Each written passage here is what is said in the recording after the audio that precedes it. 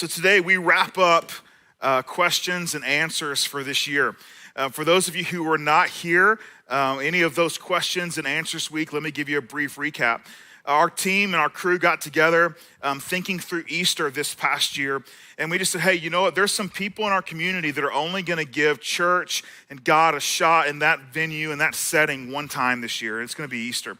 And so is there a way that we can maximize that opportunity, that gift that someone would give Foundation and our crew on a Sunday morning? If they're only going to give us one single shot, is there anything we can do to be better stewards of that moment of that time? And so we just said, hey, we're going to clear our teaching calendar for the next 6 weeks following Easter, and we're simply going to put up a QR code at the end of the gathering and say, hey, if you've got questions that you think you need answers to, desire answers to, that are issues for you in terms of following Jesus or giving your life to Jesus, or I just can't quite connect to being a follower of Jesus, if any of those questions are out there, you can anonymously submit a question through this QR code. And we threw it up on the screen, and we had over 110 questions that were submitted. The overwhelming majority of those questions fit pretty neatly into multiple categories, about 6 categories. Categories like, why do bad things happen to good people? Is the Bible reliable? Does God have the right to have sexual expectations of us? Things like that. And we did 6 weeks of that, and then we kind of have sprinkled in, unknowingly to most of you, the answers to most of those questions in small bits throughout our message series, all the way through summer and then into the fall. However, there were still 2 questions that had multiple people ask the question. It wasn't big enough to make it into the 6 initial categories, but there was still a good, solid group of people that asked these questions in one form or fashion. And so last week, the question we tackled was, is it a sin to smoke weed? Which is definitely, when I thought through as a pastor, would I ever do a message on that? I would have told you 0 chance. Like, I don't think that's ever going to be something that I teach on. But for sure, that's what we did last week. And so if this week is boring, just go watch last week's. It's full of fun. It's full of fun. This week, we're going to close out our question and answer series with this question. What does Jesus want for and from people that are single? I've had so many conversations with the single population here at Foundation, and they will say something similar to this. We talk a lot about healthy marriage and healthy families. In fact, it seems like that's all we talk about. There's always something to connect to the family, which is great because that's what they're pursuing and that's what they desire. But why don't we ever dedicate Sundays or series or anything like that specifically to people that aren't married? And so I think that this group of people that submitted these questions, I think it's a very valid question. And honestly, I want to begin by saying, I think we probably can do better as a teaching team to help with this, more than just once specifically over the last 6 years, which is happening today. So for that, I apologize. Past there, let's get on with answering the question. And I want to start with really good news. The good news is I have an answer to the question, what does God want for and from people who are single? And to be honest with you though, I hate to burst the bubble. The truth is that the answer that God wants in terms of for and from single people is the exact same thing he wants from married people. It's identical. So I'm going to start with the answer, and then unfortunately it's going to be that's a letdown because I thought we were going to get into singleness and this is just a holistic thing. Here's the truth. Jesus wants everything. He wants everything. Whether you're a single person or a married person, the answer is the same. Jesus wants everything. He wants every piece and part of your life. All your fears, your hopes, your desires, your pure thoughts, your impure thoughts, your flaws, your mistakes, your red flags, your beige flags. The truth is, he wants all of it, every part of it. He doesn't want anything in your life that's off limits. He doesn't want you to have a secret compartment somewhere or say, hey, the attic is off limits because you might fall through the drywall or whatever's in the ceiling. He doesn't want that. He doesn't want a hidden compartment where there's a door somewhere that only you know about and you hide things you maybe don't want the public to see or certainly don't want Jesus to see. He doesn't want any of that. He wants everything you've got, every part of it, all the pieces, all the thoughts, all the incomplete thoughts, the complete thoughts, the anxieties, everything. Jesus says, hey, bring it all to me. I want it all. But my guess is that when people wrote in asking about what does What does God want for and from single people? They weren't really looking for that answer.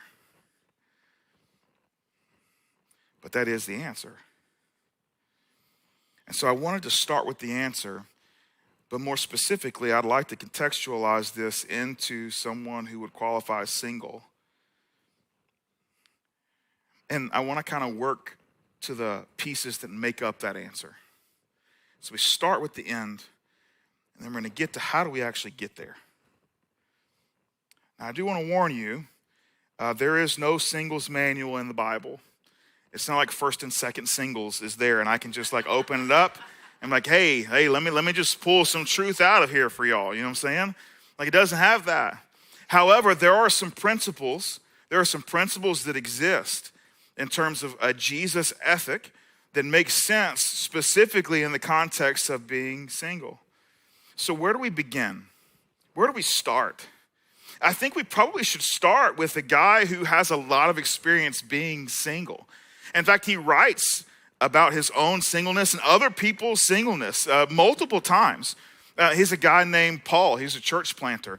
Probably one of the guys that we talk about most. We probably talk about Jesus, and then one of the next guys we talk about a lot is this guy named Paul.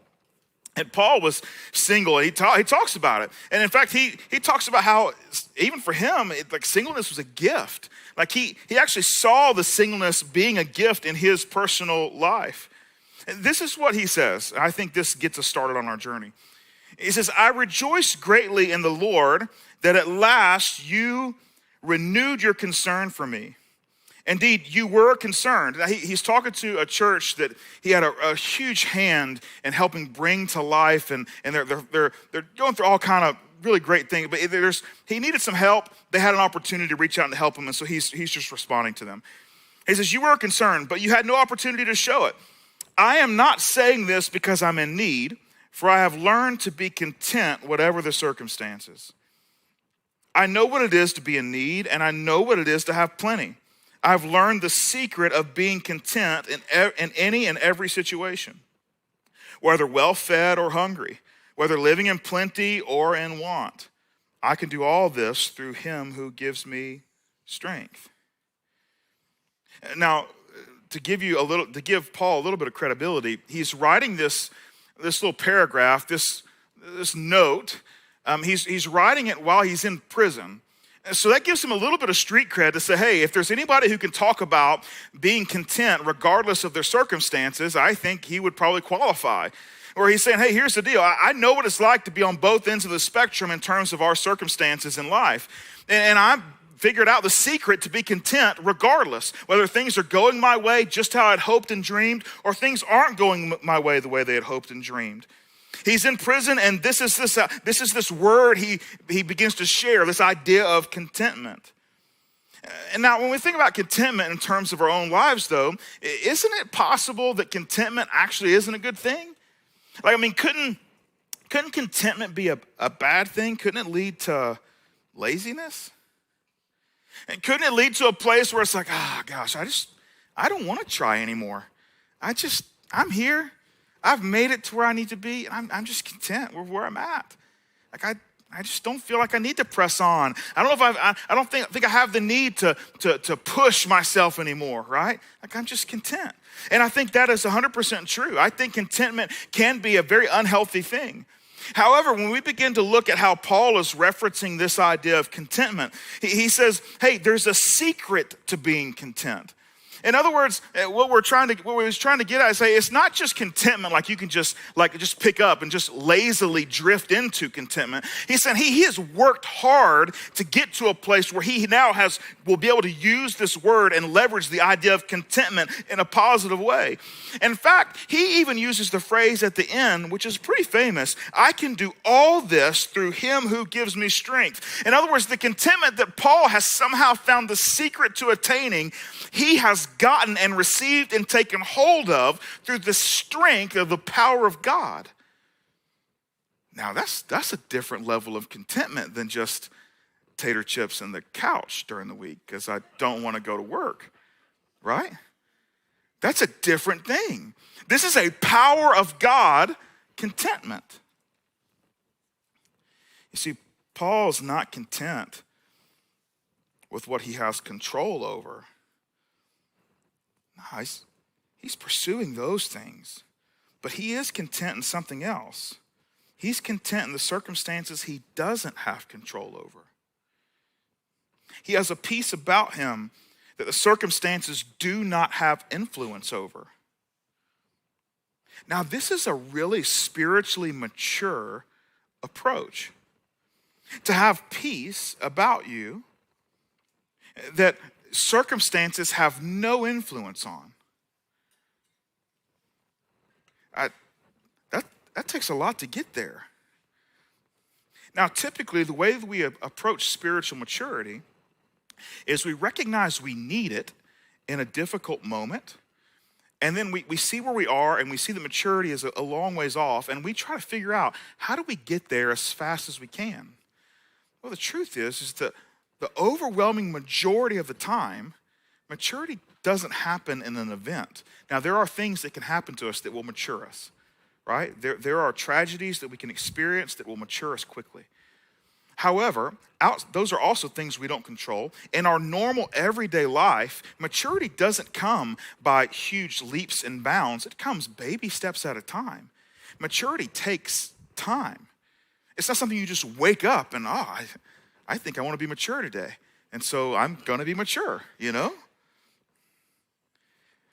I think this is the truth we're trying to pull here. Contentment in our circumstances is a result of our full satisfaction in who we are in Christ. In other words, if we want to get to this place where the things we can't control, which is our relationship status, like we can't just force anything if we want a healthy relationship. And I guess you can probably just 1-800 need a boyfriend, girlfriend. Like somebody would answer the phone, right? Somebody's willing, you know what I'm saying? Like we don't want to force that, but hey, it does take two, you know what I'm saying? And honestly, you're looking for somebody else that you could actually see yourself with, you know, a little ways from now. You know, like when you wake up on the other side of the bed 30 years in, you're not disappointed. Like, man, I have such a disappointment. I don't know if you want to say that out loud, but you don't want to be there. You know what I'm saying? And so you might want to take your time at the beginning. You might want to take your time at the beginning to make sure that's not going to happen. And so when people talk about, hey, how do I begin this process? I just tell them, I say, hey, I can give you some steps. Because following Jesus, we can make it practical. Let's make it practical. Let's talk about life alignment. If we want to ask the question, okay, how do we align our life to where we use the power of God to create this contentment in me, regardless of my status or circumstances, regardless of that, I want to be content where I'm at, not a content like lazy bones on the couch, potato chips content, but a content that requires the power of God, where I can look at my circumstances in the face and say, hey, look, you have no impact on me because I have figured out a secret to contentment. Life alignment, here are the steps that we've got to take. The first thing is we've got to identify where Jesus wants us to be. And so we've got to take some time and say, all right, so where am I supposed to be? Like at the end of the day, where does Jesus want me to be as a human being? And we've got to identify it. Now, here's the thing.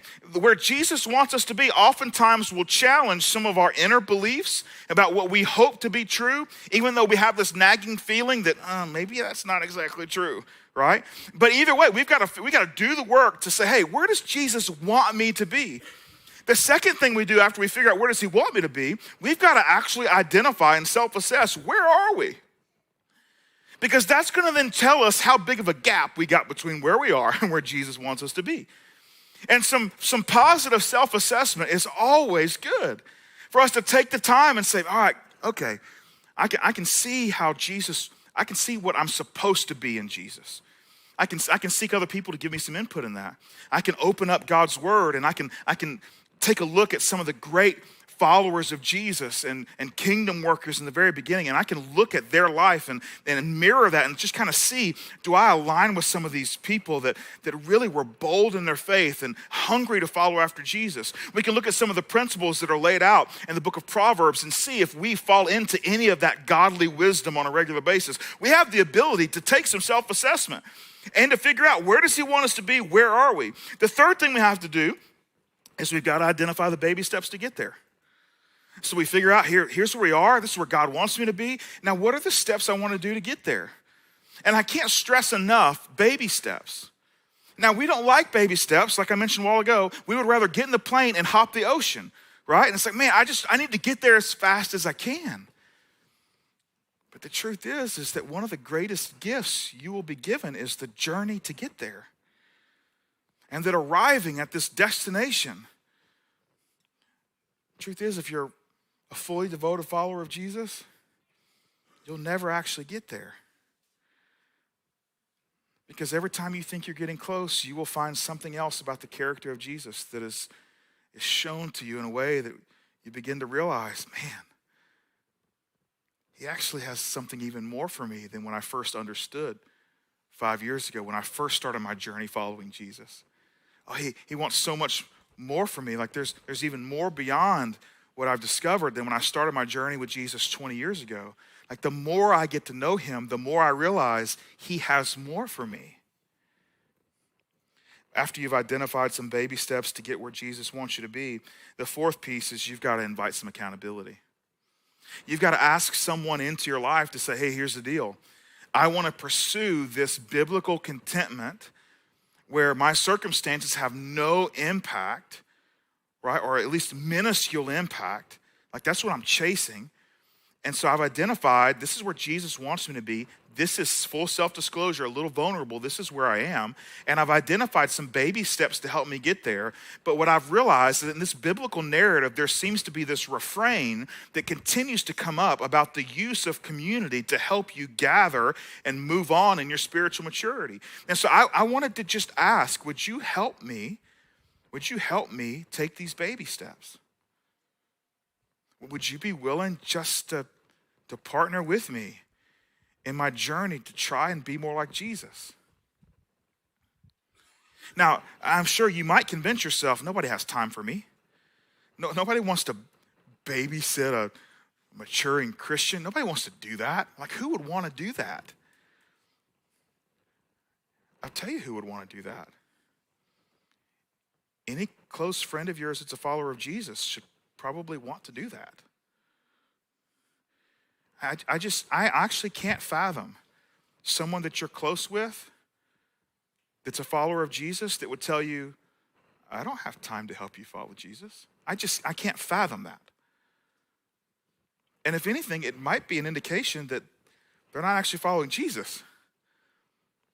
Now, you're gonna have trouble if you just go to randos and you're like on the street and you're like, hey, you've got a cross necklace on. I've got these baby steps and I would like a little help, right? Like you might struggle with that, right? They might be like, I don't know who you are, you're a freak, get away from me. You know what I'm saying? You know? But then you're like, but I'm single. And they're like, okay, all right, okay. No wonder. Yeah, right? Sorry, I stepped over the line. Rewind, we can cut that. We can cut that part out. Everybody look at the light. I'm just kidding. I'm kidding. We got to invite accountability. And here's the thing. After we invite the accountability, you've actually got to execute the baby steps. Like sometimes we invite accountability and we feel like the conversation with accountability makes us feel better. It's like, okay, we got somebody on our team. Like this is good. But that's not the end. Like you actually have to do the work.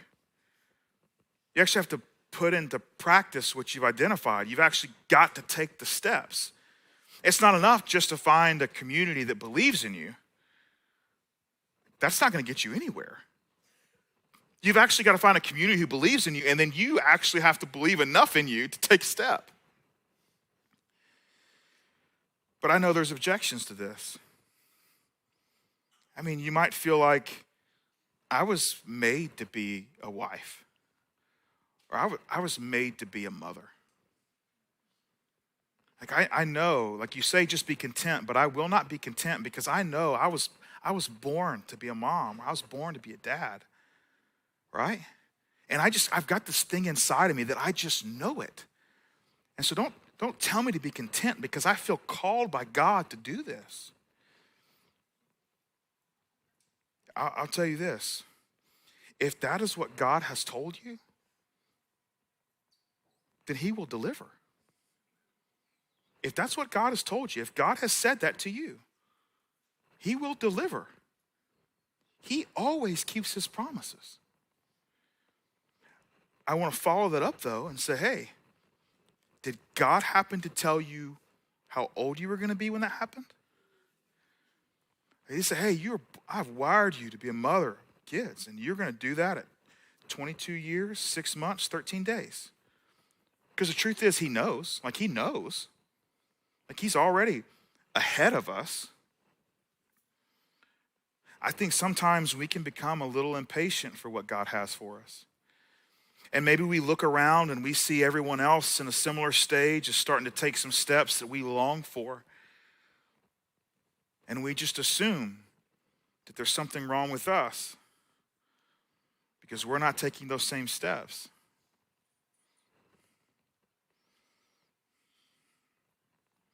I'll tell you this. This is what I've learned about anything in life. If we aren't able to be content, then we will be consumed. And you'll know it's consuming you when this becomes a daily thought. Or honestly, probably an hourly thought.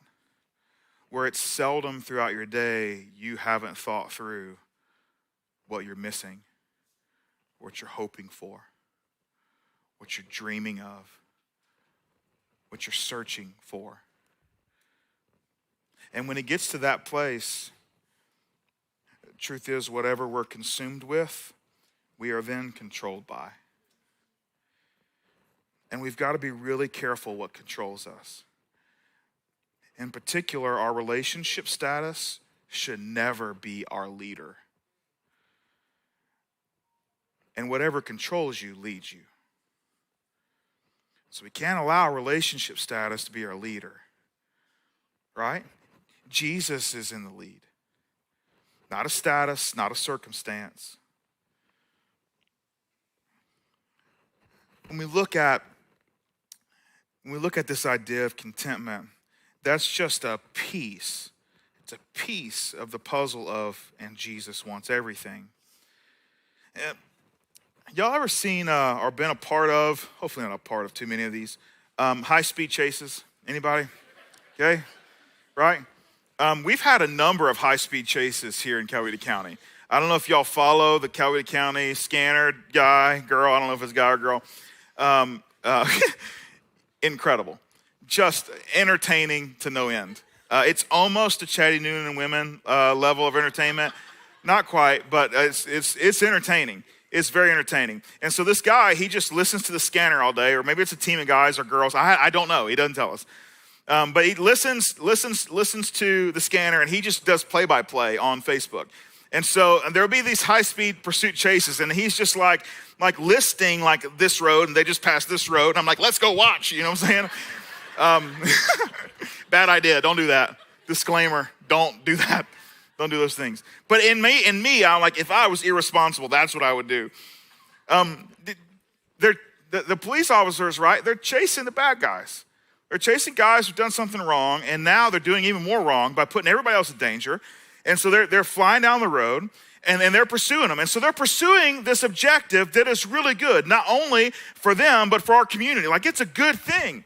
But the truth is that there is moments in these high-speed chases where they call it off, whether it's weather conditions or traffic conditions or the experience of the deputy.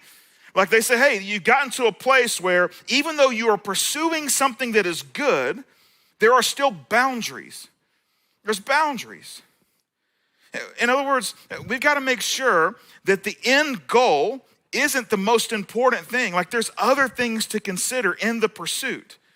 That if we're going to pursue something, we don't want to slaughter everyone else in pursuit. We don't want to ruin everybody else in our pursuit of this good thing. Boundaries are a really big piece of being single. It's a big piece of anyone's life, but because we're specifically talking about answering the question of, hey, what is it for people who are not married or single? Like, hey, what are the boundaries are a big piece of this conversation of the answer, which is Jesus wants everything. We read this in the book of Titus. For the grace of God has appeared that offers salvation to all people. It teaches us to say no to ungodliness and worldly passions and to live self-controlled, upright, and godly lives in this present age. That the grace of God would teach us to say no. How do you say no? How do you set boundaries? Well, the easy answer is you decide before you get in the place where you've got to figure out if there's a boundary there or not. That's the easy answer. That's pretty difficult, especially when we're thinking through physical boundaries. I'll tell you something, I'll share something with you that I found to be incredibly trustworthy when it comes to our physical boundaries for folks that are single. And that's this: affection is good. Intimacy is reserved for marriage. Affection is good. Intimacy is reserved for marriage. Now, 99% of people have the ability to process the difference between affection and intimacy. For those of you who still don't, come to me and I will go through the specifics with you of what intimacy is. But the overwhelming majority of people understand the difference in the line of this is affection, this is great, and we have now crossed into something that's intimate. And the reason that it's intimate is because God designed that to be for a very special, specific person. And so we want to make sure that we hold that for them. And so when we think through boundaries, that's a big deal. Now, if you're a parent in the room and you've got kids that are middle school, high school, or whatever school they are, I'll just go ahead and also tell you a pretty clear principle. Whatever those kids will do in front of you and in public, physically, they're always 1 or 2 steps past that when no one's looking. Almost every single time. Almost every single time. And so you might be in this la-la land, but that is just the way we work as people. Relationships are steps, right? And so if you start in a relationship and you're going in that relationship, they go from, hey, you're cute, that's cool, and then we've got a step.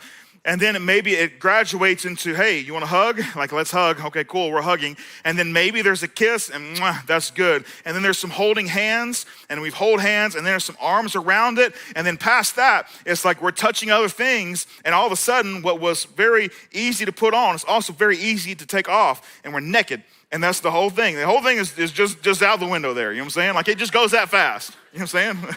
The whole thing goes that fast.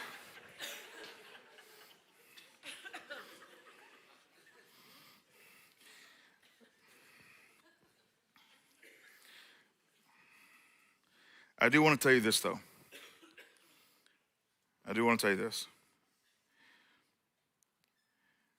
Your boundaries, or your kids' boundaries, or your friends' boundaries, they are not an indicator of how much they love Jesus. They are an indicator of their spiritual maturity. Always. I know a lot of kids that love Jesus and break those boundaries. And it's not because they don't have a love for Jesus. It's because they're not spiritually mature enough to make the decision. And so they keep making the wrong decision. Same thing goes for adults. For those of you who are in adulthood and you're going through this relationship thing, I just talk plain with you. You probably love Jesus a lot. But it tells everyone that's a spiritual father or big brother to you where you're at on your spiritual mature kind of scale. Because self-control is so difficult. It's so difficult. And self-control does not get better because you practice it, it gets better. Practice helps, but that's not the key. The key is maturity. It's having the ability to make a decision that doesn't fit with your best interest or desires and interests in the moment. That is a mature way to live. Instant gratification isn't easy. Everybody can do that. The long game in any part of life is the more mature way. I mean, ask anybody who's getting ready to retire if they wished they knew now what they knew now about how to retire and get there. They had the same opportunities to put money away, to do all those things, but they just couldn't. Like they wanted to, but they just couldn't get there. It's the same with anything in our life. The truth is, God gave us this incredible freedom, and you can do whatever you want.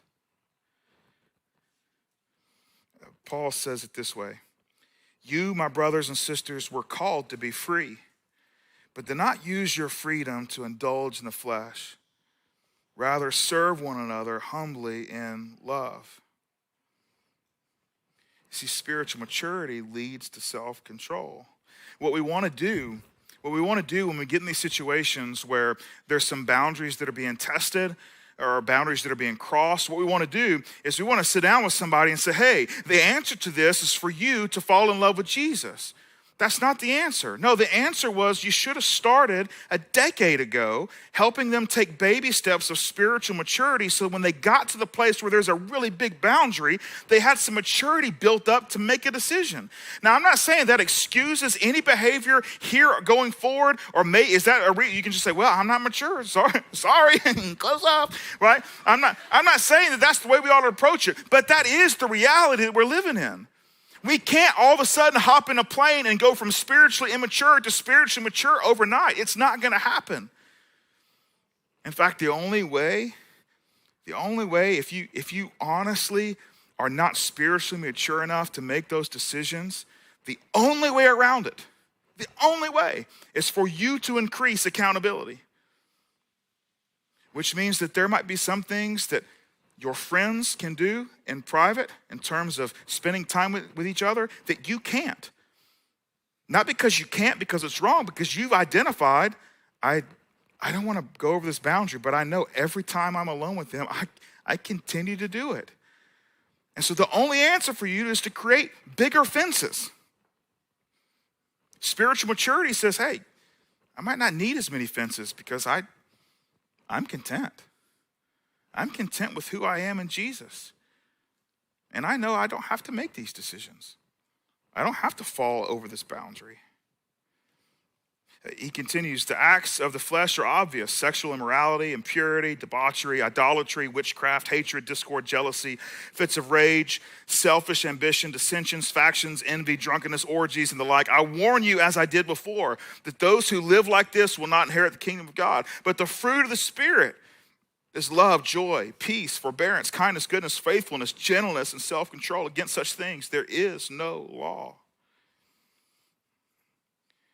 Here's the most important thing I want you to hear about this boundaries discussion. Boundaries aren't about where we are. It's about where we want to eventually be. When you're coming around, let's just say we go to somewhere in Tennessee and we're coming back. Y'all have driven on the mountain passages, right? It's just back and forth the whole time, you know what I'm saying? And eventually you get sick if you're in the back seat, at least I do. So you sit in the front. But when you're coming around some of the mountain passages, you get close. There's a guardrail, right? There's a guardrail. The guardrail is not there because you are there. That's not why it's there. It's there because they want you to get where you're going. That's why the guardrail's there. The guardrail's not there because you're there. The guardrail is there because they don't want you to get stuck there. They want you to go to your destination, where you want to go. And they don't want that cliff to become an issue for you. So they put a boundary there because they know this isn't your destination. It's a great overlook. It's fantastic. It might be super scenic. Like, wow, never seen those before. All those things. But they want you to keep going because you've got a destination. And as nice as the overlook might be, that's not where you want to end up. That's where boundaries are for.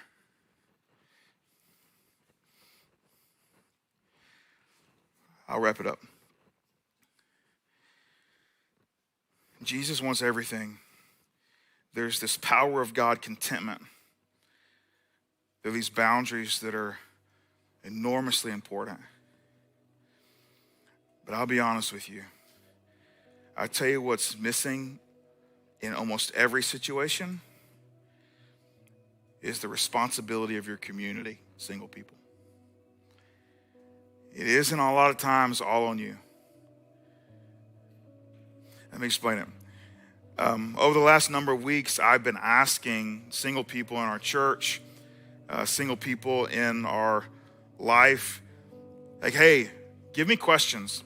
Let me flesh this out a little bit. What are the most important things? So I'm going to take a week and we're going to address this. Like, what are the things that, man, I've got to touch on, I got to hit that are just, and I'm just looking for themes, right? So we got the initial set of questions. They were in the QR code, and then we just started reaching out. And I probably have received from a dozen or so folks, at least 60, 70 questions from single folks. Some of them are in the community. Some of them are a long ways away, live a long ways away, and they're just friends with them, right? They just ask them. I say, hey, if the pastor was going to answer a question, here, what would it be? And I'll tell you, over and over and over again, there's this theme that runs through an enormous majority of the individuals that are sending back questions. And that's this, that they feel like, as a single person, that they don't fit in or belong with married people. Now, if it was just one person, I'd be like, well, you're probably weird. You know what I'm saying? Like, don't be so weird. You know what I'm saying? But it's not. It's a bunch of them. And it's not just localized to one city. It's all over the place, which tells me there's a problem. There's a problem. And the problem is that married people have either maybe gotten in their heads, why would they want to hang out with a bunch of old married folks? They're too cool for me. I don't want to invite them over to my house for the bonfire or fill in blank or whatever, because I just, or it's awkward, you know? It's so he and I are going to hang out. Well, what's my wife going to do? Like, he doesn't have a she to do that whole thing with, right? Like, what are we going to do? Or are we coming with some excuse? Or we're thinking like, man, we don't even speak the same language that the single young people do. I mean, they use words that don't even make sense, you know, like Riz, you know? Straight gas. On God, no cap, you know? I have no idea what I just said. It's probably something inappropriate, and it is what it is.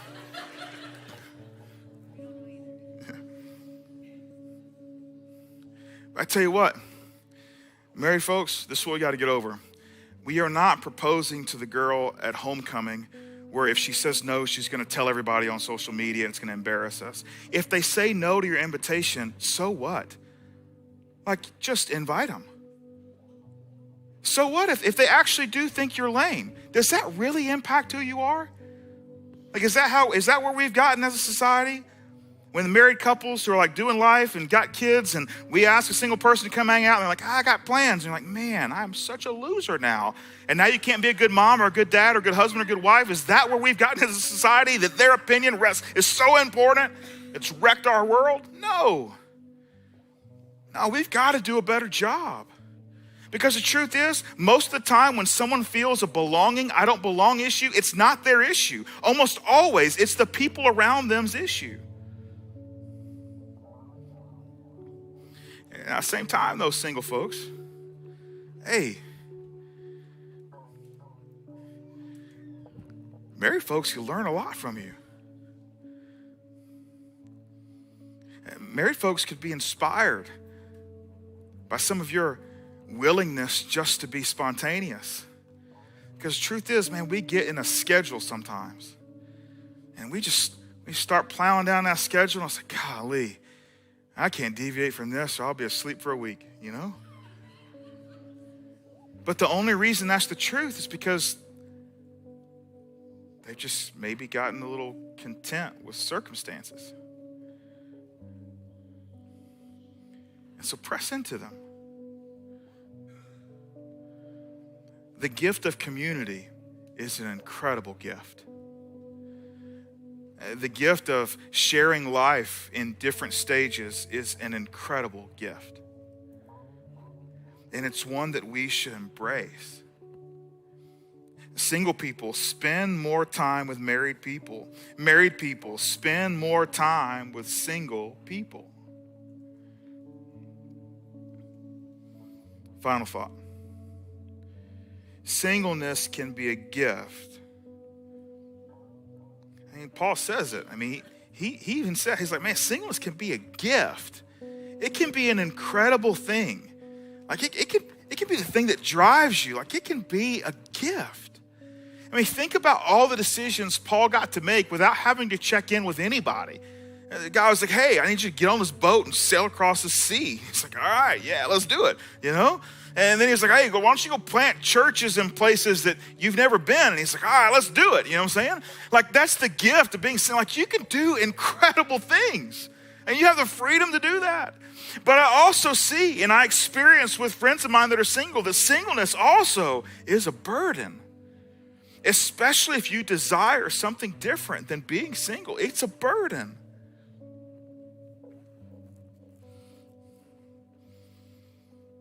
Regardless of whether you feel like your singleness is a gift or a burden in this particular moment in your life, this is a truth that I want you to hear. You are a gift. You are a gift. To the world around you, you are a gift. And the more surrendered you are to Jesus, the greater the gift.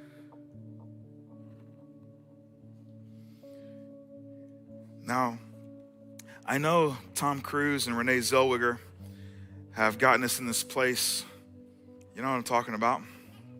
You don't know what I'm talking about? Let me set the scene. It's a living room. Renee Zellweger is in their living room. She's got all her friends over because her and her husband, Tom Cruise, are going through a little thing. They're not doing well. Well, Tom Cruise is a sports agent. He had a good night, all the things. He walks into the living room because they're separated. Renee Zellweger is on the other side of the room, and Tom Cruise stands there, and he gives this speech. And he gives this speech, and at the end of the speech, he looks at her, and his face is trembling, and he says, "You complete me." And then Renee Zellweger, she looks back at him, and there's some lines, but eventually Renee says, "Shut up. You had me at hello." You know? And then they run across the living room, and they embrace each other, and it's like, yes, this is what completion looks like. Let me tell you something. You do not want to take spiritual advice from Mr. Cruz, okay? You will end up eating a placenta. You just don't want to do it, okay? You don't want to do it.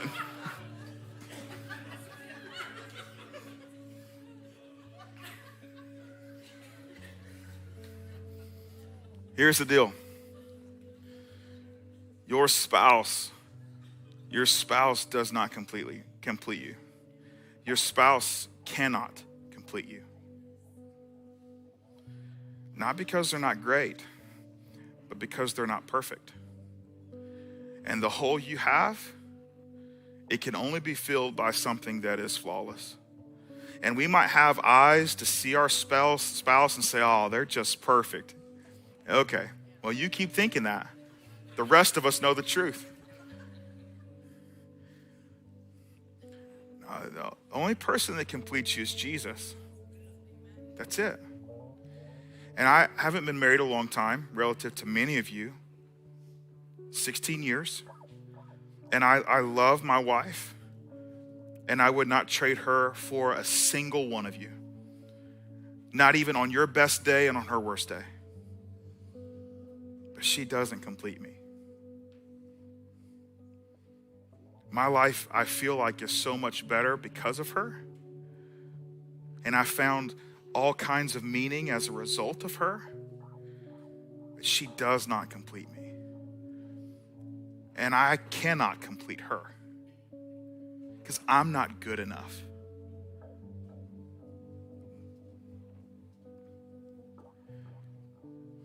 We will end where we began. What does Jesus want for and from us? Jesus wants everything.